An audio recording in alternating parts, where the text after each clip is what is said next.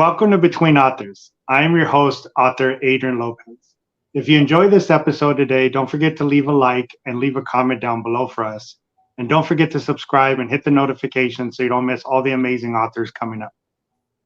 What is it that excites us as a reader? It's finding that author or book that you may never have heard of, sort of like the treasure hunt for a reader.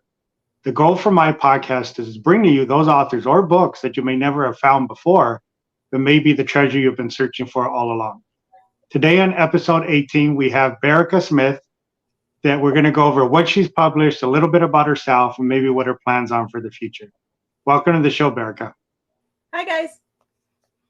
Happy to have you here today. Why don't you give a little introduction to the viewers and tell them a little bit about yourself?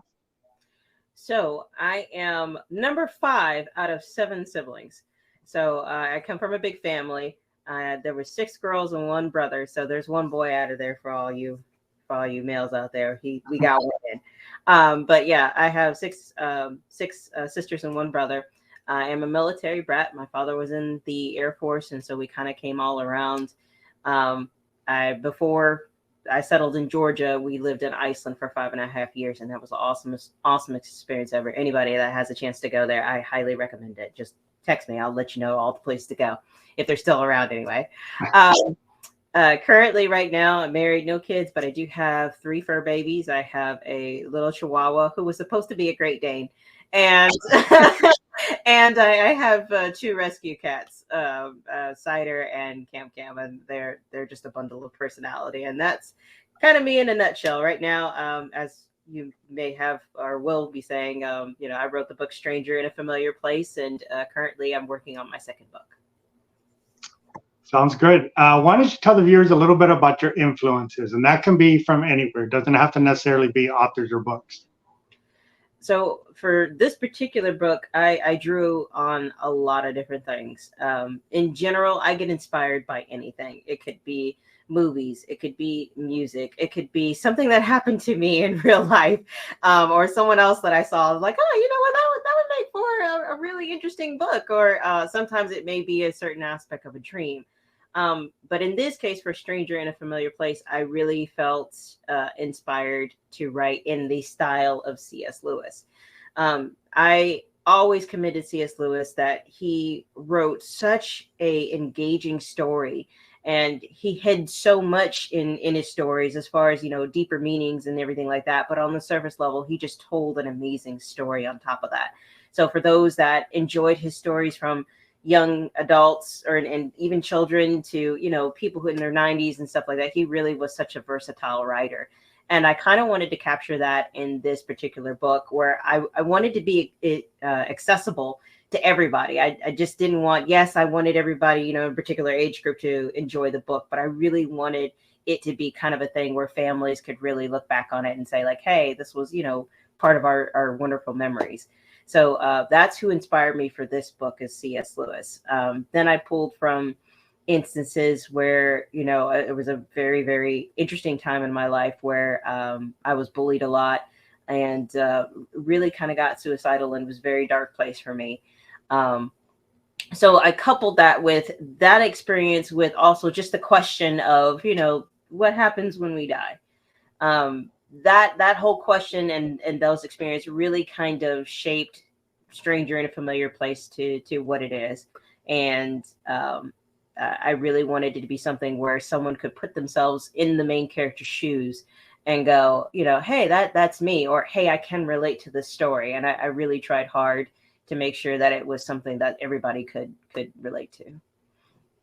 So why don't you give us a little bit of a summary or synopsis of what Stranger in a Familiar Place is about? Give the viewers a little idea of it. So Stranger in a Familiar Place is about a boy who wakes up missing basically his humanity.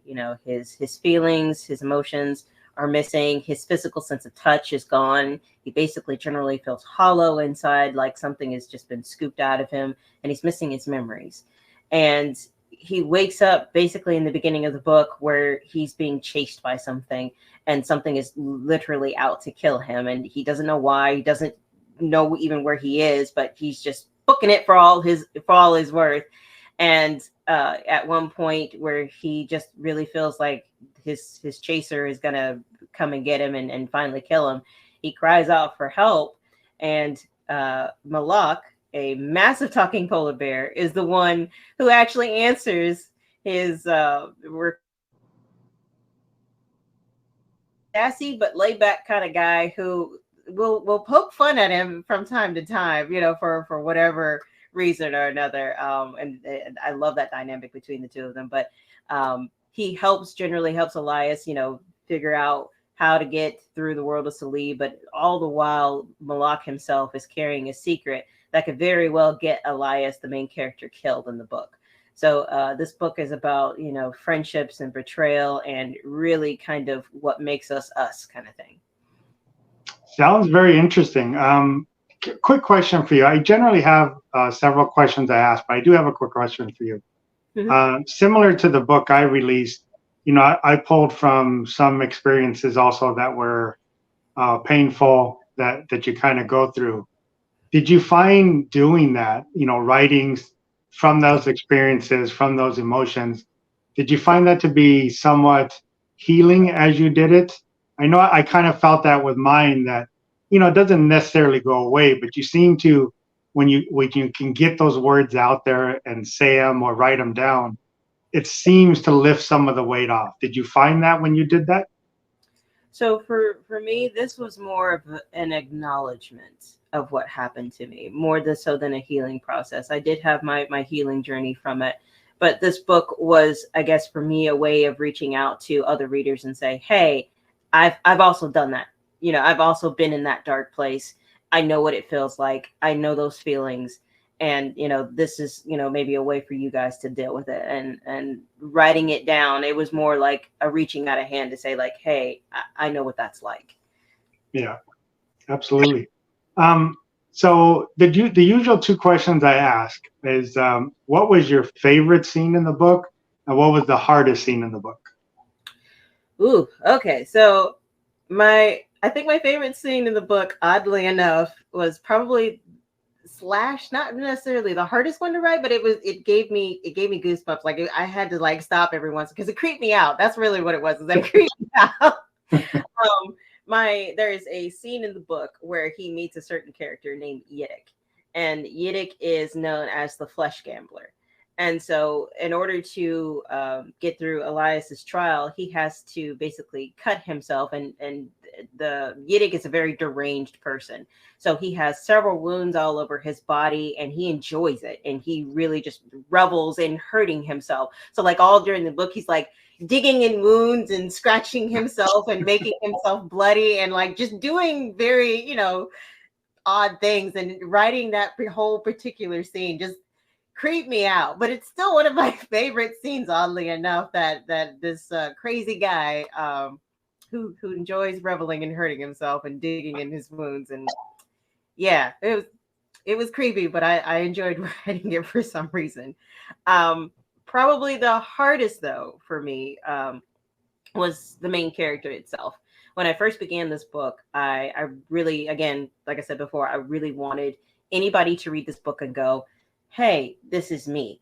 And when I originally first started writing it, I didn't give a description at all to the character. There was no name, there was no gender, there was no nothing. It was just, you knew this particular being was there in this place and he was missing some things. You knew that, but other than that, there was nothing there. And as I wrote the book and really, it kind of sort of sprung on its own, this relationship that happened between Malak, the polar bear, and Elias, the main character, who is known now. And a dynamic started to happen, which I realized was really important. And you couldn't really fully flesh out that relationship and have it meaning with so much ambiguity in there.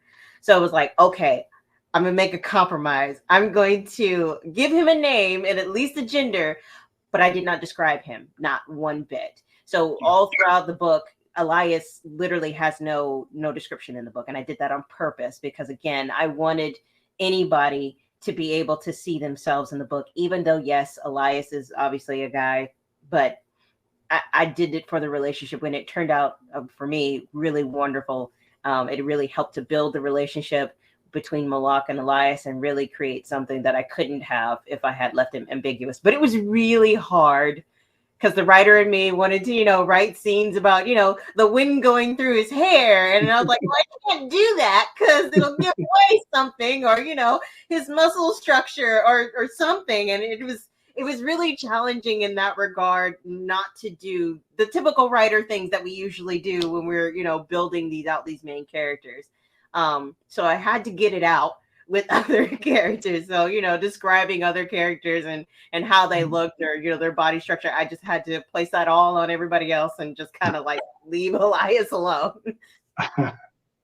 It's a good point, because one of the things I've noticed in kind of the podcast as I've been doing is there seems to be a theme where a lot of us authors in general, when we're writing, you start with a point of view of what your story is, and then the story kind of goes its own way, right? And it's kind of like you follow that, and sometimes it's the better version. You're like, okay, that makes complete sense.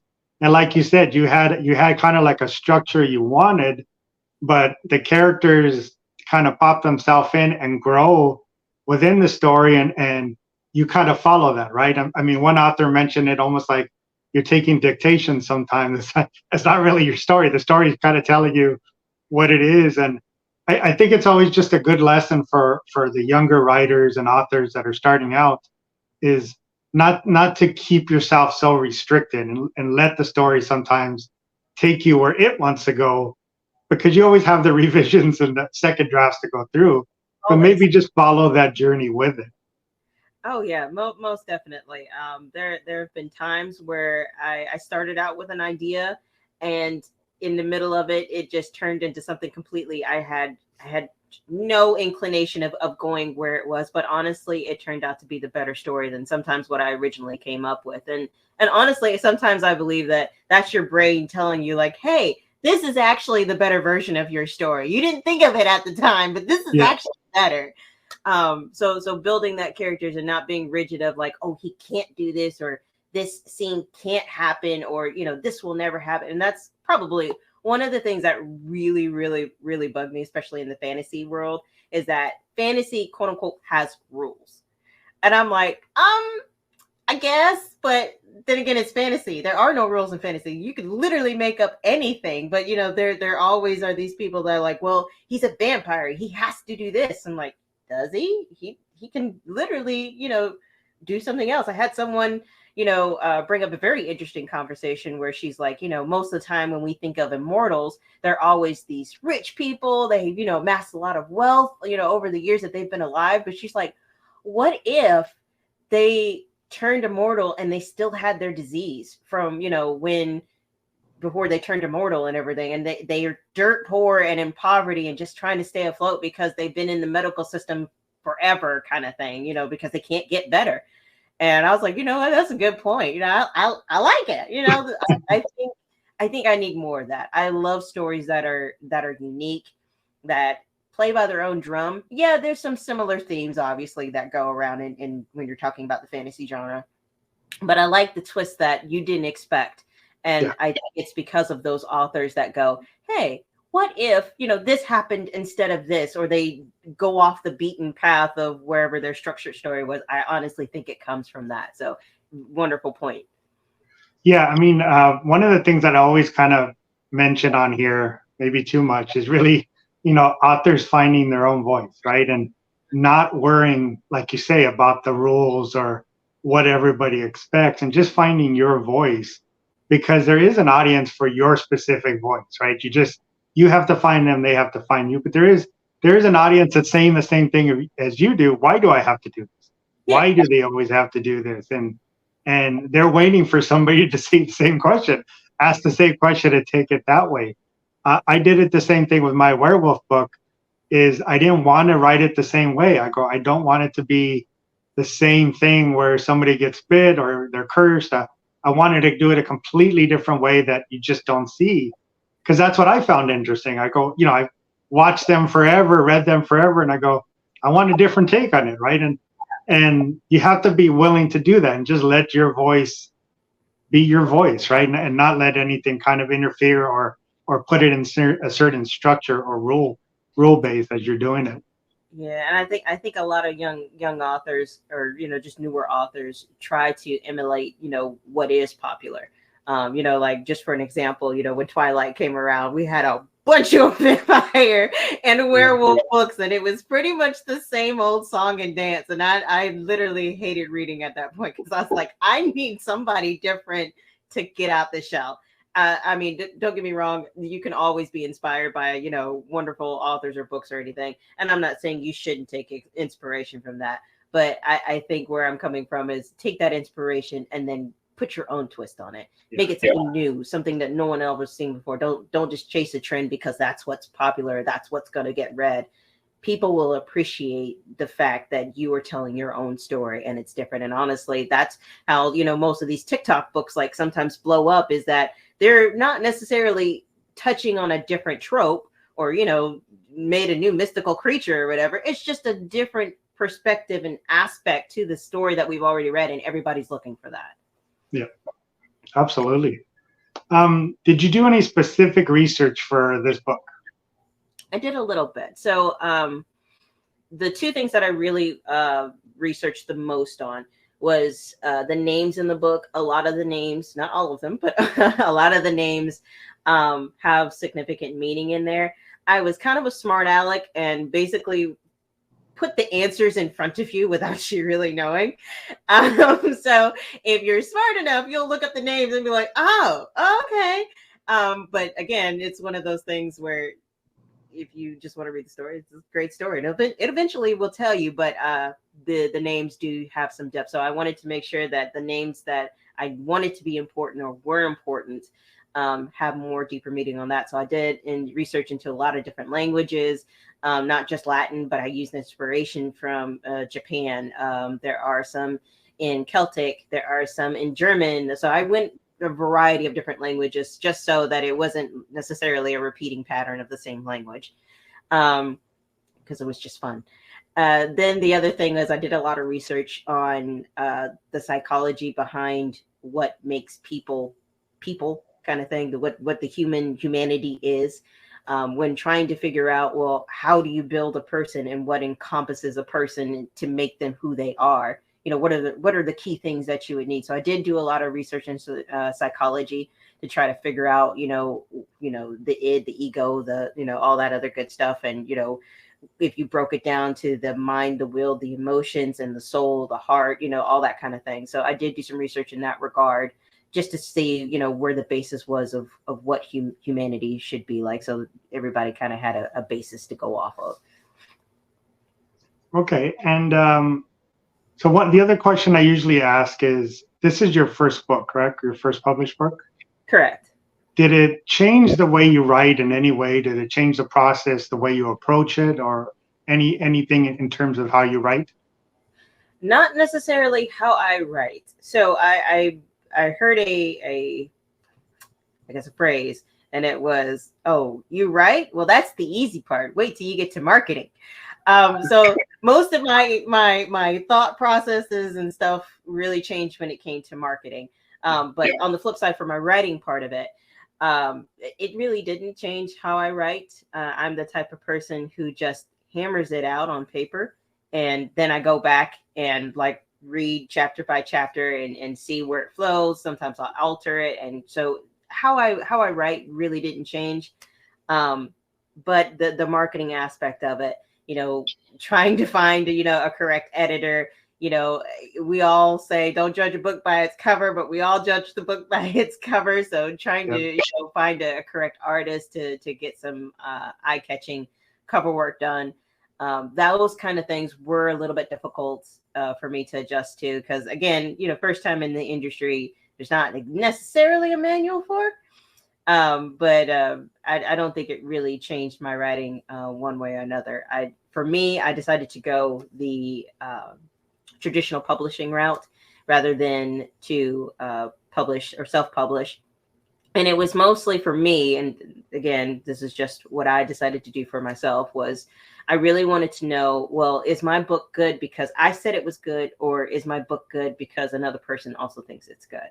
So I chose the traditional route simply because I just wanted that verification of like, yeah, you do have some talent and it's good and we can work with that. So I got that vindication. So I'm like, okay, I can write another one now and be okay if it's self-published. But and in that regard, I think I'm going to try that avenue as self-publishing as well, just to get both aspects of it. I see the benefits of both of them. But again, as far as the original question goes, it did not change how I write. I think the more you try to structure the way you naturally write, or change the way you naturally write, unless there's just an issue, structurally, grammarly, or something like that with your writing, then yes, take classes to better yourself, obviously. But I think it don't break what's not broken kind of thing. Yeah. Did you are you one that really outlines or plots the entire story, or do you kind of move around as you're writing? So I really just sorry about that. That's all right. Apparently that was dramatic. But apparently I really just come up with an idea overall. And after I come up with the idea of what I want, I literally have a middle, an ending part of it. And then after the ending and middle part of it, I basically figure out how to connect all those events points together.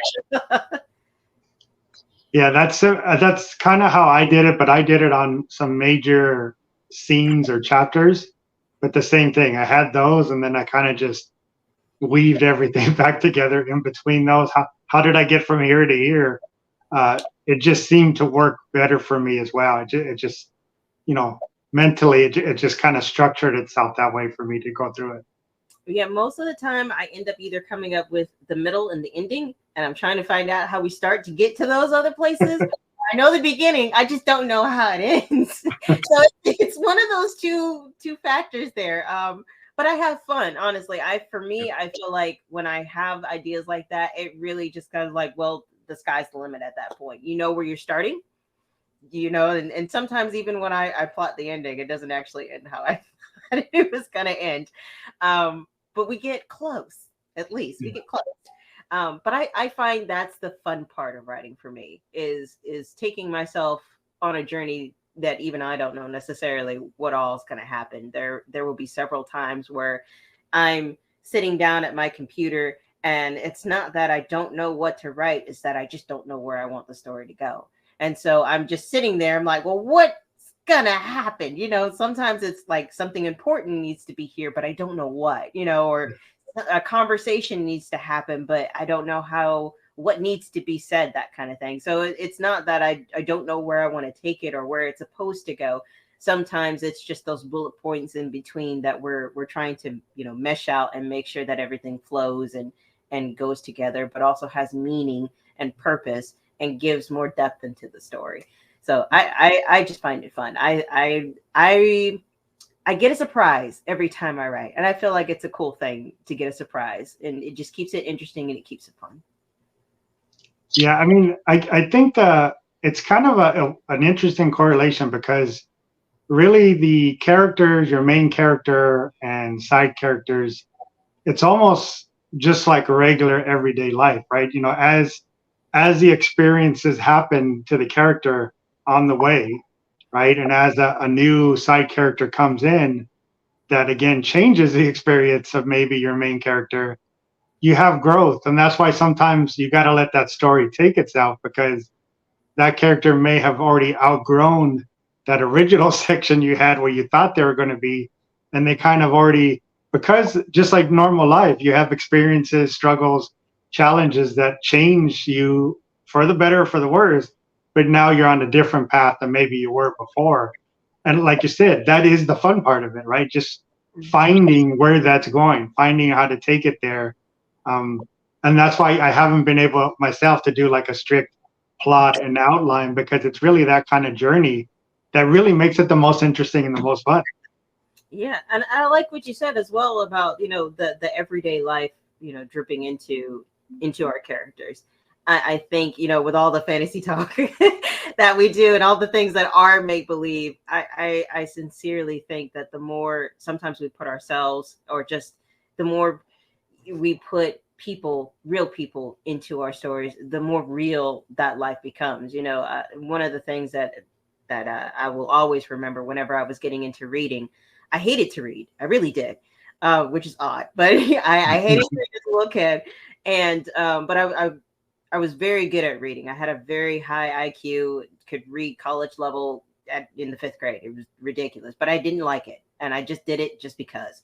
And I remember they had this AR program that was going on, which stands for Accelerated Reader Program. Some of you old heads might remember it. But anyways, and I was just reading the books because I wanted the points so I could get the cool stuff out of the store.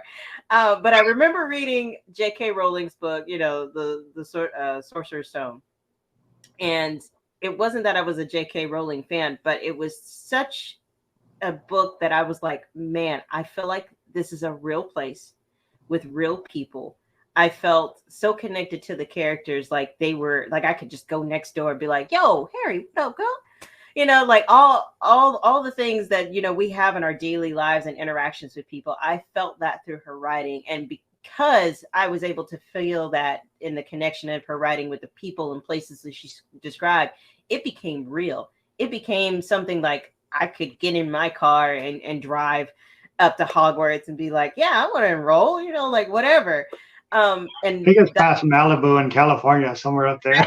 All the way there, all the way. They'll stop and watch a Quidditch game while I'm up there, So, but that inspired me to say like, wow, this world that someone built with these people in here that I connected to, I felt transported. And I was like, if she can do that, and there's got to be other books that can do that to me too. And from there, it just kind of took off. And really, that's what people are looking for. They're looking for themselves in books. They're looking for, their best friend. They're looking for their grandmother. They're looking for the guy down the street that they hate with a passion. They want the guy that talks too much. They want the little dorky kid that, finally got his shot, or the bully that they had in high school. A lot of people are looking for that humanness in these escaped places. And I do 100% agree with you. The more that we put ourselves and our emotions and our humanness in these books, the more attractive they become. They become characters that we like, we love, we hate. And it just enhances the story just that much more. That these fallible characters, these people that, they fall, they're not perfect. They have their issues, their obsessions. And I think that's a really important thing to write about.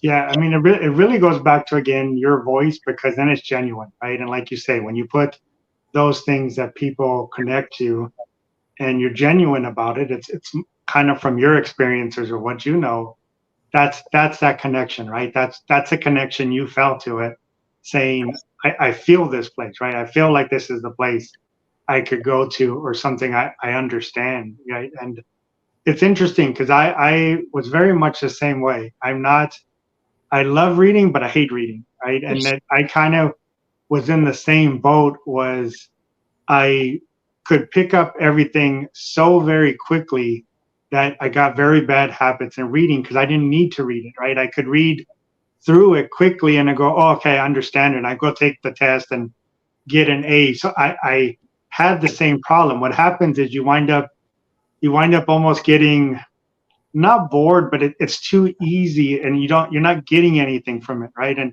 it's a bad habit, and you start going, I don't want to do it, right? There's nothing here for me that I'm learning or enjoy. But then I had the same thing. I had books that I read and I was just stuck. I mean, I read, there was a saga I read. I'm much older than you, but I read the Tomoe Gozen saga, which was 3 books from Jessica Amanda Salmonson. It was the same thing. I read those and I couldn't stop. I had to read all 3, and that really kind of drew me in. And that's what happens. Again, you find that voice to somebody who's interested in that voice, and that's where that connection's at, right? And that's always it's a good thing as a reminder just to stay genuine to yourself when you write these things, and people will find it. Right? The marketing is extremely hard, but at some point people will find your voice and connect with it. It is. And I enjoy when, connecting with those voices, and, like yourself, I think for me, the series that really kind of took off with me, she wrote like 9 books in this one particular series was the Wayfarer Redemption series by Sarah Douglas. And she basically talks about the same characters throughout this book, just maybe highlights, the different family tree. It's a huge family tree. But it was so amazing, absolutely amazing. Her voice, her storytelling, and I never got tired of reading about these characters. And I always got excited when another character came back. I was like, yes, he's back in the book. It's almost like watching Game of Thrones or something on, or your favorite, TV show with these particular characters, and you're just on season 5, But I think that's the exciting thing about books, and writing it and then also reading it is you get to create these wonderful, memorable characters that not only, you get to read and your family gets to read, but, in some cases, generations, in the same case as C.S. Lewis, where he is still such a memorable character builder, world changer, maker, all that other good stuff. And his characters are still beloved. They're still making movies about him. Every child pretty much still knows about, the Chronicles of Narnia. To have that kind of impact as a writer, I think is the greatest compliment ever. Yeah. So I know you said you're working on a second book now, right? Correct? Yes. I'm working. One again, give us as little as you want. I don't want you to give too much away, but just kind of maybe explain what you're working on and any future plans or goals you kind of want to take your writing to. So the second book I'm writing is an indirect sequel to the first one.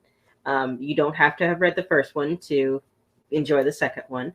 But the second one is going to have the returning character Moloch back in there. So Moloch comes back for a second book. Couldn't let that bear go. But he comes back, and this time he's dealing with my main character named Ava. And Ava has a situation to where she can't remember too far back in her past. It cuts off at a certain point. But she was found with this scarring on the right side of her head. And it looks like pretty much runes that have been carved into the side of her head. And she's been marked by society as, this basically called a marked one in short terms. And they basically shun her because they think she's cursed. And she basically finds out that, the warlord or the evil wizard, let's put it that way right now, has created a curse bond with her and is pulling, energy from her and basically turning her into a monster. And so she has decided that she's going to take that bond and use it against said name wizard. And it might not turn out as well as she thinks. So we'll just leave it at that. And so after that book, do you have other things planned? Do you plan on maybe going into different genres? What are your goals for the future in writing? So honestly, I know this might sound really bad, but I have no goals necessarily other than to become a best-selling author. For me, whatever ideas that I write is what I write. Basically, I always have a list of awesome ideas that are churning in my head, and it's all like, okay, which one do I want to write more? So I really don't have any goals necessarily in that sense. Right now, I'm just along for the ride, and I just enjoy it. So the next book will have nothing to do with Moloch. We'll still be sticking with fantasy, but I think I would like to tackle on a hero that sports a disability.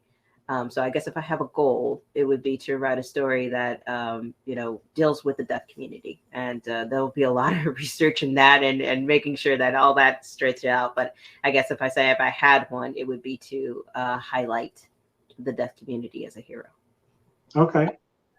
I want to remind the viewers that I will leave all the links for Barakah below. Things for her book, website, anything she has where you could be able to contact her. Again, if you enjoyed this episode, please leave a like and leave a comment for either Barakah or myself if you have any questions, or just let us know how you enjoyed the episode. And definitely don't forget to subscribe and hit the notification so you don't miss any of the amazing authors coming up. I really want to thank you for coming on. I did enjoy the conversation, learning about your book and what you're working on, and just appreciate you coming on the show today. Oh, thank you so much for having me. I really enjoyed our conversation as well. Thank you very much. Thank you again to the viewers for watching today. I hope you enjoyed this episode. Goodbye.